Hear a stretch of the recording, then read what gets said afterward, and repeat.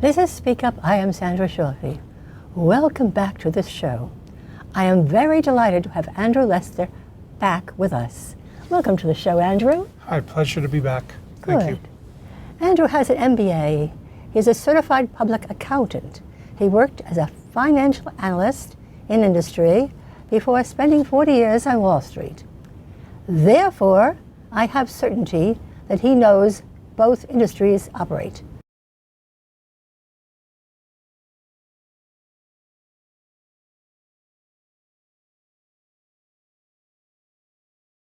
And we don't learn history of America. We don't learn political thought, how it created critical thinking. Oh, it's really remarkable. I mean, it's not that America doesn't have its flaws, whatever. To me, it's the greatest country that ever existed. And we've learned and we've grown and we've moved on. I mean, to pretend that, that there's one group of people who are disadvantaged is complete and utter nonsense. It's not historically truthful. Everyone who came over here was at some point disadvantaged. Not everybody, but the majority. Absolutely. Absolutely. This is the land of opportunity. And if the greatest, freest country in the world that's created value, created shelter for others, if we lose that stature, there is nothing to replace us. There's nothing else in the world to replicate what America does for people.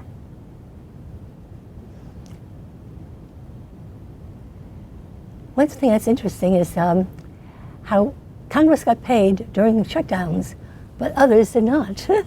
Funny how that works. They changed the healthcare system, but not for themselves. They get paid regardless of what goes on. Mandami is a socialist or whatever, but the first thing that he's going to do when he comes in office, they put through pay increases for all the members of government, of city government in New York. That's going to go through. Another person who, he lived in a rent-controlled apartment. He lives on a palatial estate in Mogadishu, where they had military protection when he went there for another party. I mean, it's okay to capture people's attention with an idea, but the money comes in from unvetted sources. We change systems. Everything doesn't change in a day. It changes gradually.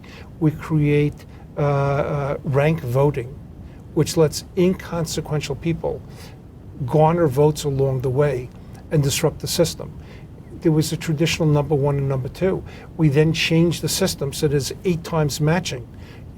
Where does this money come from? It comes from Islamic groups. Money supposedly came from Qatar, from other business people. Are these the people who should be funding US elections? Is this the way our process should work? He's charismatic, he's handsome, he has the right hot button issues in terms of affordability. You take New York with affordability. We have 50,000 vacant apartments right now. And landlords hold their apartments off the market. They hold them off. And they get a tax deduction for it. Well, they get the tax deduction as an ordinary business expense. The reason they hold them off the market is because as New York changed the laws in terms of the rental laws, and the system was abused by people, we had affordable housing. We were proud of it, but there's no longer means testing. Somebody who's now 90-something years old, in the last month of their life, some relative moves in and puts themselves on the lease, and they keep the apartment forever. I mean, these apartments become unaffordable. Landlords used to fix them up, recoup some of the costs or whatever, and then it made it profitable, and it was availability. They're changing all that now. The quote-unquote small landlords who own the building or two, whatever, overwhelmingly have been going broke because they own the small apartments. They just can't keep up. So we don't even look at the effect of the laws and regulations. The lawyers in housing court won't evict somebody for not paying rent. You've had cases written up in the press where movie stars have refused to pay rent, saying that there was a cockroach and therefore the apartment wasn't kept up and they didn't want to pay. And they never pay back rent. You can't get somebody out in less than 2 years, even for paying nothing. So until we come to grips with making things reasonable, we needed a partnership. We had a business government type of partnership. It's one thing for businesses to take advantage and to over-earn. It's another for them to structurally lose money. If we're going to come in and landlords are going to structurally lose money, there's no problem resolution. 41%, I believe, of New York's income comes from the financial industry. Wall Street, banks, things like that. you kind of think people are captive, they're not going anywhere. Well, that's not exactly true. Miami's going to be opening up a stock exchange in the design district within the next 12 months. And Dallas is going to be opening up a mega stock exchange within the next 2 years. Both of them have substantially better personal income tax situations than New York State. Once those jobs leave, if they indeed leave. And they will leave. And I believe they'll leave. I mean, there's no replacing them. There's no hook to come in. What they're putting in is casinos, Correct. I mean, it's hooking people on gambling. it's the most unhealthy thing on the planet. You already are corrupting young minds with, the government takes over the lottery. The one deal that they've come up with, the one innovation was to raise the prices of the ticket from $1 in one case to $2, and from $1 to $5 in another case. Now you have all these online gaming businesses trying to get people to think that they could win big or make these complicated bets. There's a history of gambling. It's playing out here no different than it has in history. All of a sudden, professional athletes are getting caught by the FBI for shaving points, throwing games. College athletes. I mean, it becomes lucrative. Even if you don't lose, instead of winning by 10 points, you win by 8 points. Historically, what happens at one point in a civilization, as it declines, does gambling become the big business? It's sort of, to me, it would be a latter stage event. Mm-hmm. I mean, people, there should be more pride in real learning, in developing real professional academic skills. We all have human frailties. Sometimes people have problems with drinking or with drugs or with gambling. I mean, we shouldn't have government incentives to induce people. To think it's normal behavior. Correct. It's not normal, it's not healthy, it's not in anybody's best interest. And when you look around the country, I have yet to see a single state or city that's enhanced its standing by bringing in gambling. Only Las Vegas, which was a desert in the middle of the country, had gambling because it had nothing else going for it. Atlantic City sure didn't thrive. Why does fraud in distribution to public welfare entities work so well after the money is distributed? Well, first of all, it becomes a feeder system, no different than any type of drug or illicit activity.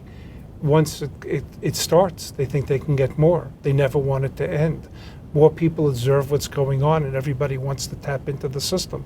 So, and for many people, it's hard to compete and be smarter than somebody. It's hard to compete and start up a business and work day and night, hoping that you'll be successful 10 or 20 years down the road. It's a lot easier to try to be a charlatan and to structurally take advantage of a system. And, for all the things that you see go on, or that I've seen go on in my career, it's really only a fraction of the people who commit wrongdoing who get caught. And more often than not, the punishment is not proportionate to what they've done. And also they choose an example to get them to deflect the eyes away from the majority. Absolutely. I mean, you see things now that are really pretty offensive and upsetting. I mean, you see people who've committed wrongdoing, who've been convicted by a jury and sentenced by a judge, writing letters of either apology or a compliment to the president and getting pardoned. I mean, and some of them have committed terrible crimes. It should never happen. And yet, it happened under Biden. It happened under Clinton when Mark Rich, got pardoned. I mean, people have committed terrible crimes, but they've come up with, those that have been pardoned have come up with huge financial gifts or rewards. And for a regular person who reviews this, we don't have one system of justice.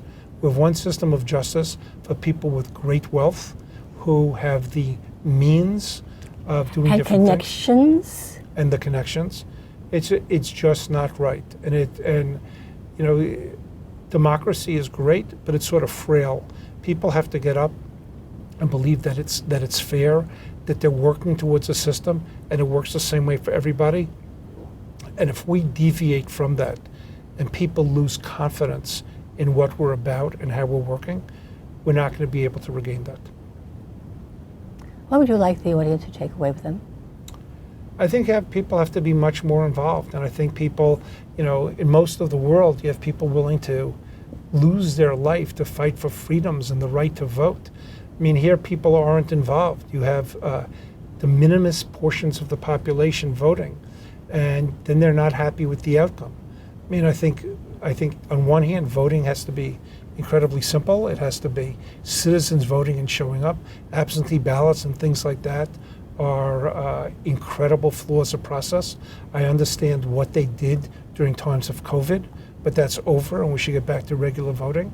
And I think people have to, and politicians have to articulate real positions, and people have to understand that.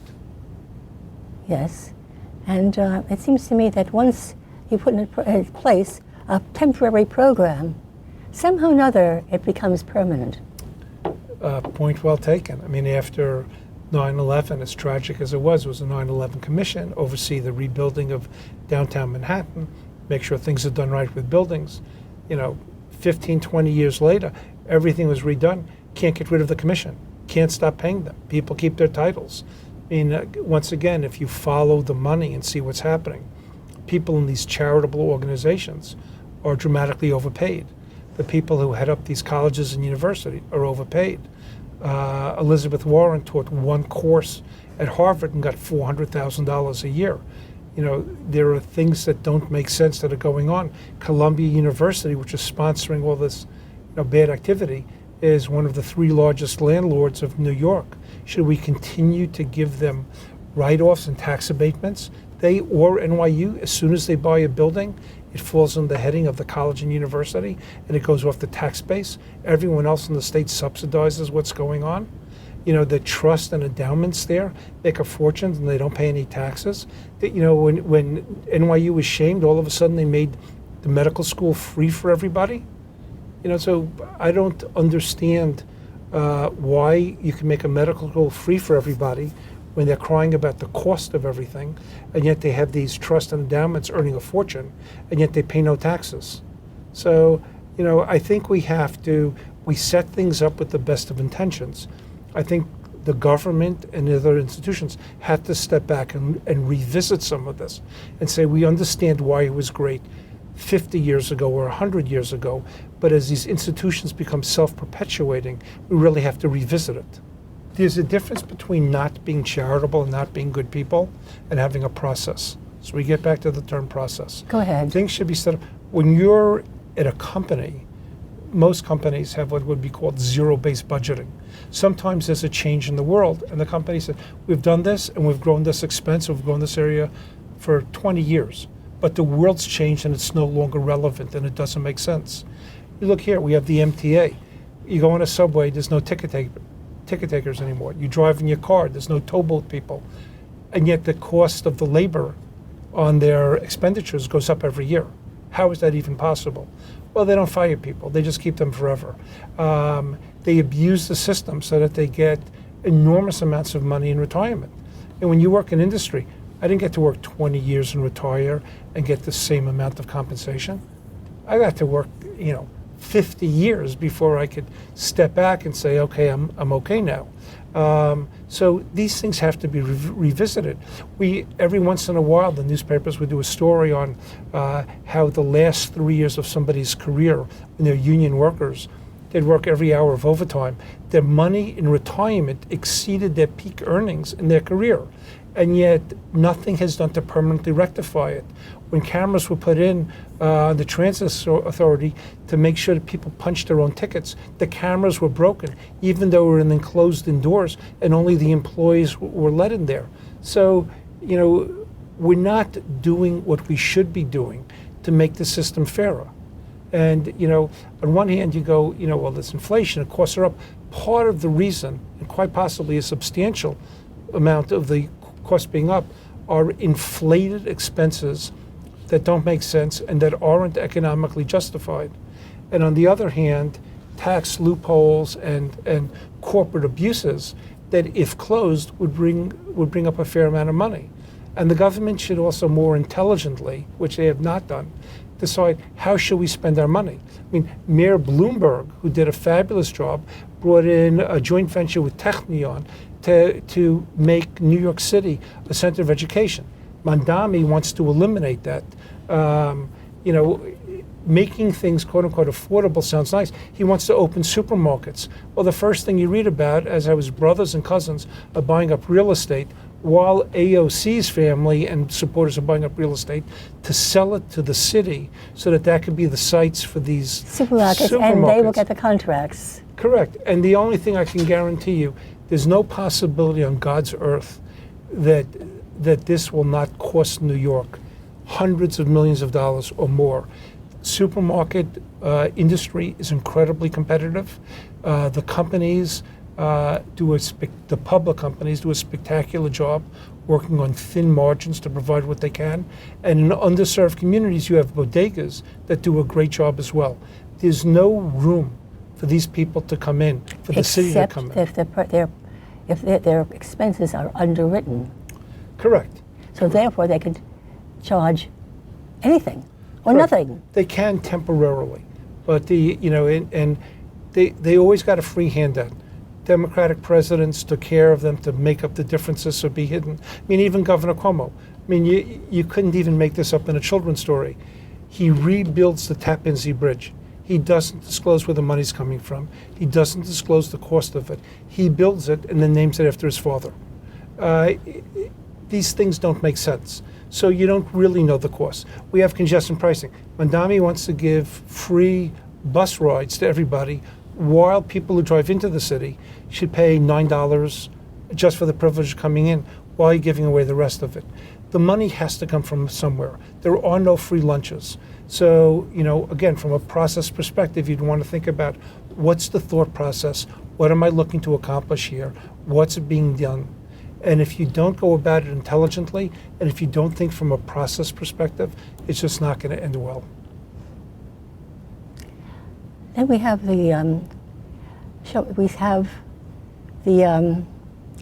interest rates are starting to come down, of course, because it benefits real estate development and people who are building hotels.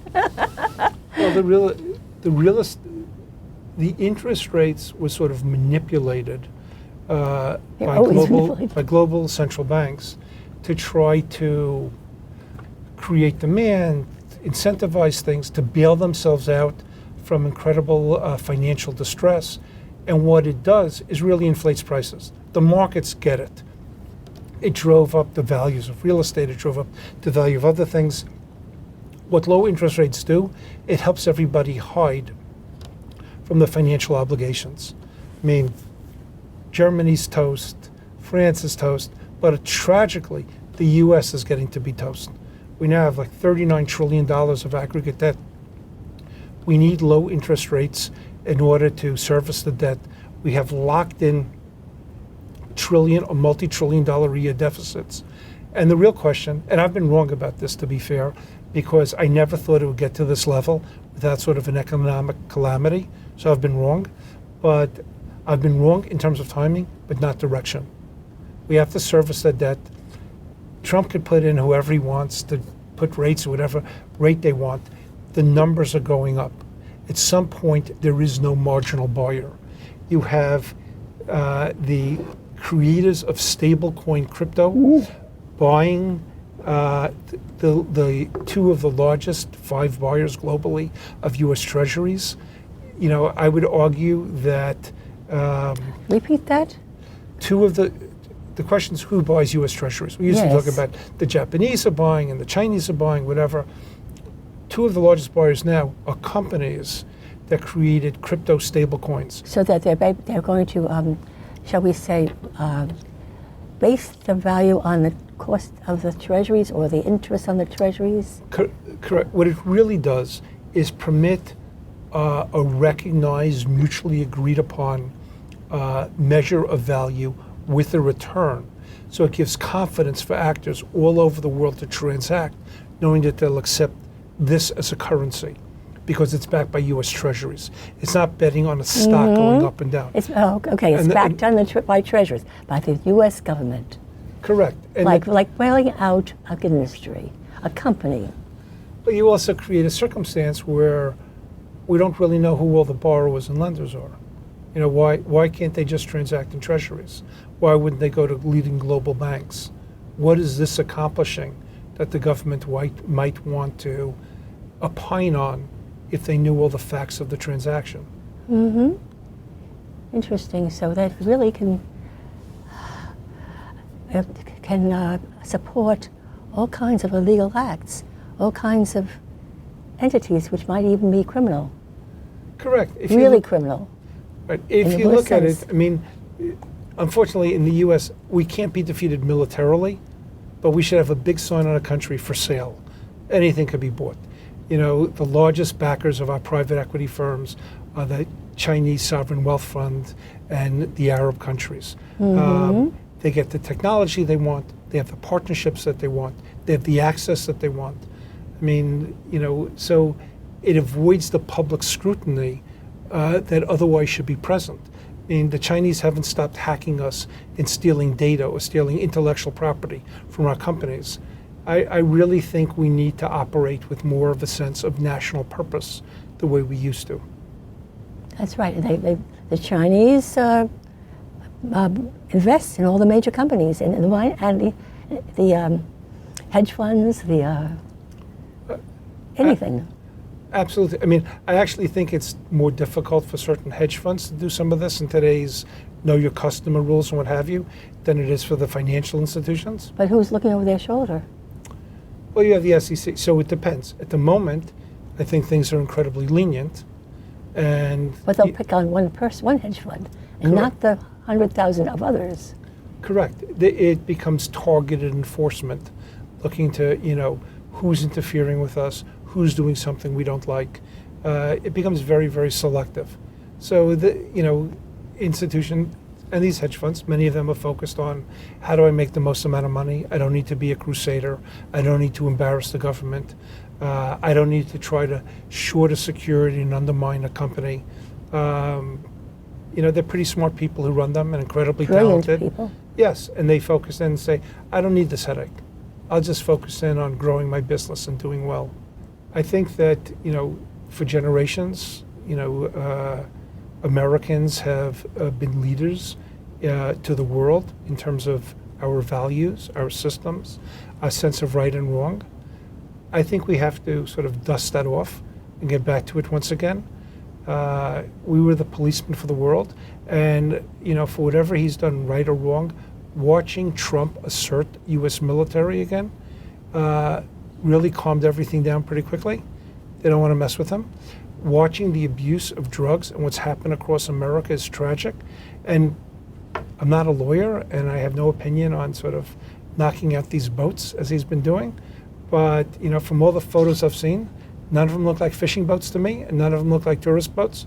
And there's been an incredible curtailment of illegal drugs coming into the country, and that's saving American lives.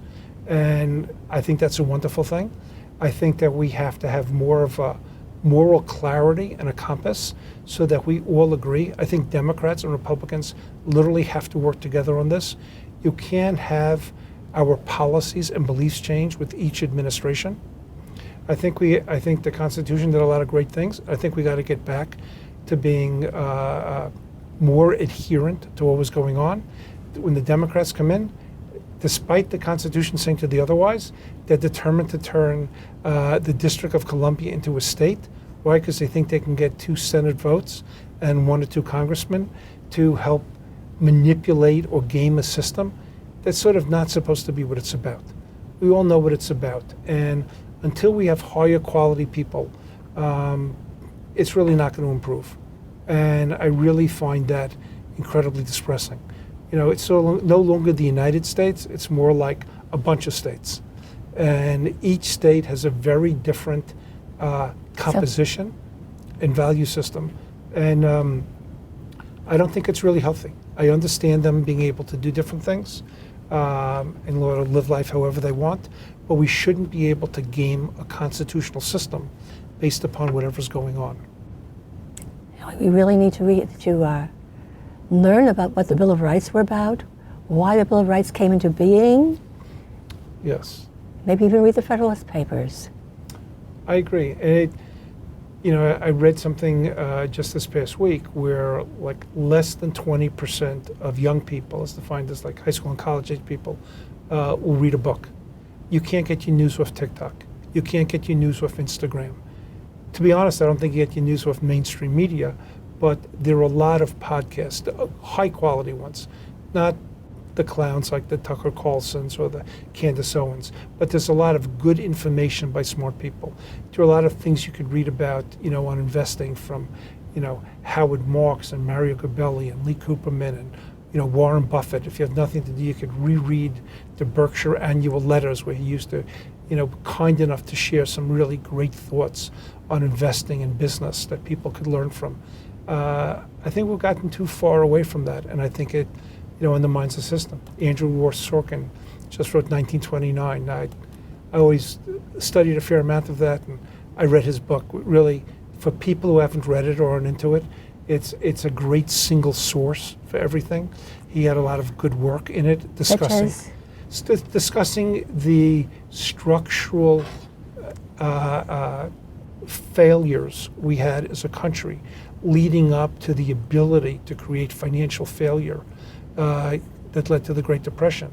And interestingly, had Bill Clinton and Alan Greenspan not changed certain things with the CFTC, they created the underpinnings for it to happen again in 08, 09. The system, the remedial things that were put in place to fix it actually worked. Andrew, thank you so much for having come on our show. You were very educational. This is Speak Up. I am Sandra Schulte. Have a wonderful, wonderful rest of the day. Goodbye.